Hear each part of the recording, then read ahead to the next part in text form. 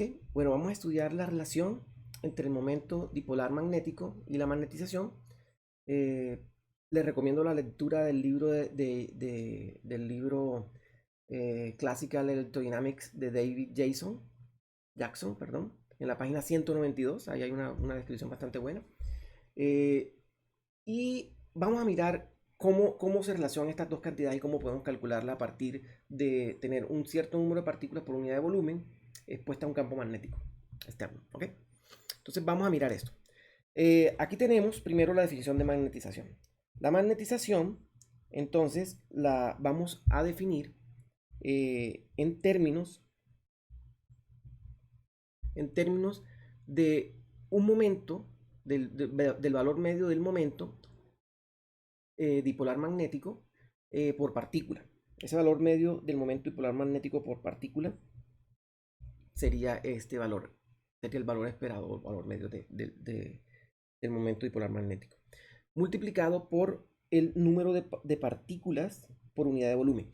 Ahora, si tenemos más especies, pues tenemos que sumar en todas las especies que tengamos y con todos los números de partículas que tengamos allí. Esta es la definición de la magnetización. Entonces, mira, la magnetización está relacionada con el momento dipolar magnético. Ahora, lo otro que también tenemos es cómo calculamos este valor esperado del momento dipolar magnético. Supongamos que tenemos un cierto conjunto de partículas que están en contacto con un campo magnético externo. Y estas partículas se pueden orientar libremente, es decir, vamos a analizar el caso paramagnético. Entonces, en este caso, nosotros sabemos que este momento dipolar magnético va a permitirnos calcular, la energía del sistema eh, simplemente haciendo el producto con un punto con el campo magnético. Entonces, ya teniendo esta consideración, nosotros podemos analizar cuál va a ser el valor esperado de ese momento dipolar magnético si lo colocamos en contacto térmico con una fuente de calor a una cierta temperatura T. Es decir, vamos a usar un ensamble canónico para calcular esto.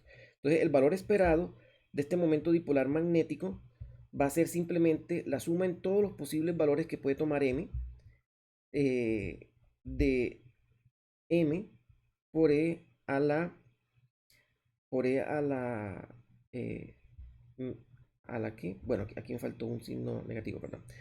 Por E a la, por E a la M punto B. ¿Ok?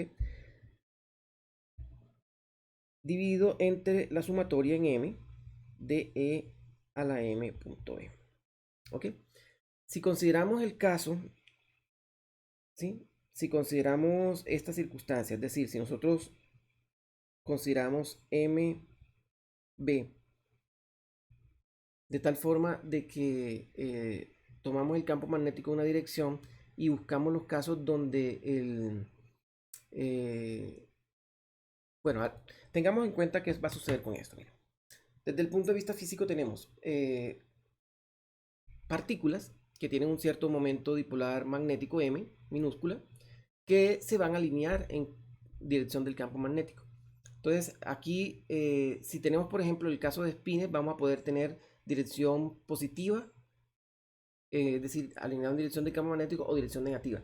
Cuando lo colocamos en contacto térmico con un reservorio de calor, es decir, vamos a introducir muchos más posibles estados a partir de colocarlo en contacto con este reservorio de calor, vamos a tener una distribución de partículas orientadas en dirección del campo y en sentido contrario. Para el caso de partículas un medio. En forma general, pues esta sería la expresión en forma general. Sin embargo, miren que si logramos considerar una forma donde lo podamos escribir de esta manera, siempre podemos hacer uso del método que tenemos para calcular funciones de partición. Entonces, miren, si la función de partición en este caso estaría dada por estos valores, voy a considerar el de arriba, ¿no? E a la mb. Entonces, miren que si nosotros sacamos el logaritmo natural de esta función de partición y lo derivamos con respecto al campo magnético, en este caso que miren que no es vectorial, ¿no? No podemos hacer eso, pero considerando esta cantidad, esta magnitud, sí lo podemos hacer. Y miren que de esta manera, si tenemos esta cantidad y esa cantidad la multiplicamos por el KBT que nos va a quedar en el denominador, esto va a ser exactamente igual al valor esperado de m. Es decir, nos va a dar esta misma ecuación de acá. Entonces, de esta forma nosotros tenemos la relación entre el momento dipolar magnético y la magnetización. Y bueno, para el caso en que tengamos un sistema de muchas partículas en contacto térmico con un foco de calor que nos mantenga el sistema a una temperatura T, pues vamos a poder calcular el valor esperado de esa magnetización usando una función de partición, si suponemos que no hay intercambio de partículas sino intercambio de energía.